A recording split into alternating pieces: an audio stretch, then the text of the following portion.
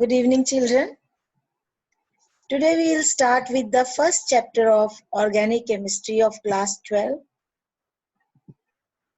First chapter of Organic Chemistry is Alkyl and Aryl Halides. Alkyl and Aryl Halides is one of the very important chapter. Once you understand this chapter, you will find Organic Chemistry very easy. What we are going to do in this chapter? In the chapter, first of all, you will be introduced about the applications of alkyl and aryl halides, their physical properties, their chemical properties, and the nomenclature, and the physical and chemical properties, how they are based on their structures.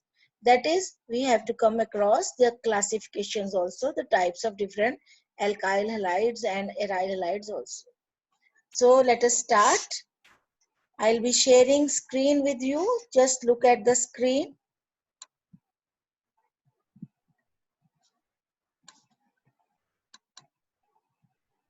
Yes, students, whenever we do something, we study any topic, we must understand what is the application of that compound in our life.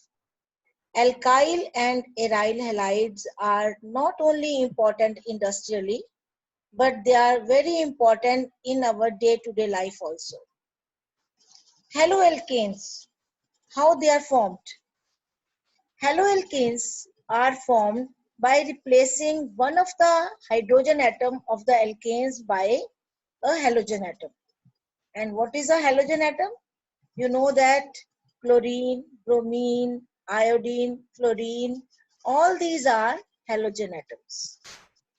As in case of the alkanes, in haloalkanes also, each carbon atom is sp3 hybridized, and the halogen atom is attached with the sp3 hybridized carbon atom generally.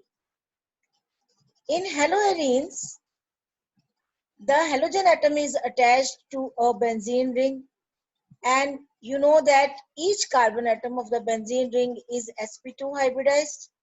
So the halogen atom is attached to a sp2 hybridized carbon. In the benzene, when we replace one of the hydrogen atom by halogen atoms, it becomes a haloarene. Now, what is the importance of haloalkanes and haloarenes in our life? You must be able to see on the screen. They are used as solvents for relatively non-polar compounds. You know that most of the polar compounds, ionic compounds, they are soluble in water. Water being polar itself. But in case of the non-polar compounds and in case of the organic compounds, we have to use certain other solvents, and alkyl halides are one of them. They are also called as the synthetic tools in the hands of an organic chemist. Why? Because they are used in the synthesis of a wide range of organic compounds. Because alkyl halides are the starting material for the synthesis of so many other organic compounds. That's why they're also called as the synthetic tools in the hands of an organic chemist. Another importance is chlorine containing antibiotic chloramphenol that is produced by the microorganisms, and it is very effective for the treatment of typhoid fever. Then even thyroxine hormone contains iodine.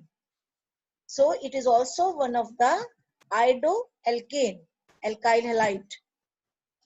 Similarly, chloroquine, which is used for the treatment of malaria, and nowadays even for the prevention from corona, in the treatment of coronavirus. Chloroform, which is also called as trichloromethane, is used as an anesthetic agent during the surgeries. certain fully fluorinated compounds, that is the compounds in which all the hydrogens have been replaced by fluorine atoms, they are considered as potential blood substitutes during the surgery.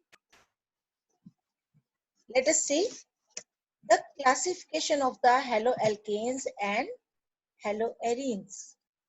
Haloalkanes are classified as, and even haloarenes are also classified as, monoalkanes, dihaloalkanes, monohaloalkanes, dihaloalkanes, trihaloalkanes, tetrahaloalkanes, depending on the number of hydrogen atoms of an alkane are substituted by the halogen atom. Here you can see that in the ethane, one of the hydrogen has been replaced by a halogen atom. Here this X can stand for chlorine, bromine, iodine, fluorine. So this will be called as monohaloalkane. And if two hydrogens of any alkane are replaced by the halogen atom, they are called as dihaloalkanes. These halogens can be attached on the adjacent carbons or even on the same carbon atom. Like here it is attached to the adjacent carbon atom. That is different carbon atoms, but it could be attached to the same carbon atom even then. If two halogens are present in a compound, it will be called as dihaloalkane. Similarly, in this alkane means carbon-carbon single bond is present in the compound. In this alkane, three hydrogens have been replaced by halogen atoms. And this is an example of the trihaloalkane. Now, this is a haloarene. Haloarene is also called as phenylharene, or it is also called as